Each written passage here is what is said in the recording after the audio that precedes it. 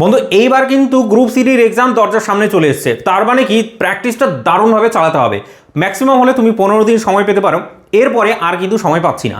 So definitely এবার কিন্তু দারুণভাবে প্র্যাকটিসটা চালাতে হবে। আর তোমার মোটিভেশনটাকে হাই রাখার জন্যে, তোমাকে হাই করে তোলার জন্য আমি এবার নিয়ে চলে এসেছি মহাম্যারাথন ক্লাস।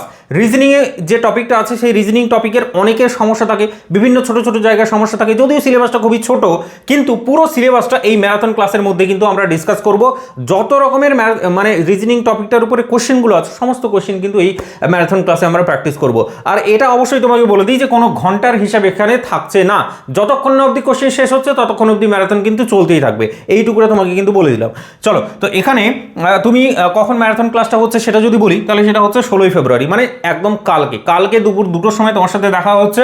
তুমি এসএ কম্পিটিশন বাংলা যে ইউটিউব চ্যানেলটা আছে সেখানে যে লাইভ ক্লাস সেকশনটা আছে না, লাইভ বলে যে সেকশনটা, সেখানে বেসিক্যালি ক্লাসটা থাকবে। ঠিক আছে, শিডিউল করে দেওয়া হবে, এই যে শিডিউল অপশনটা আছে সেখানে তুমি কিন্তু দেখতে পারবে একটু পরেই।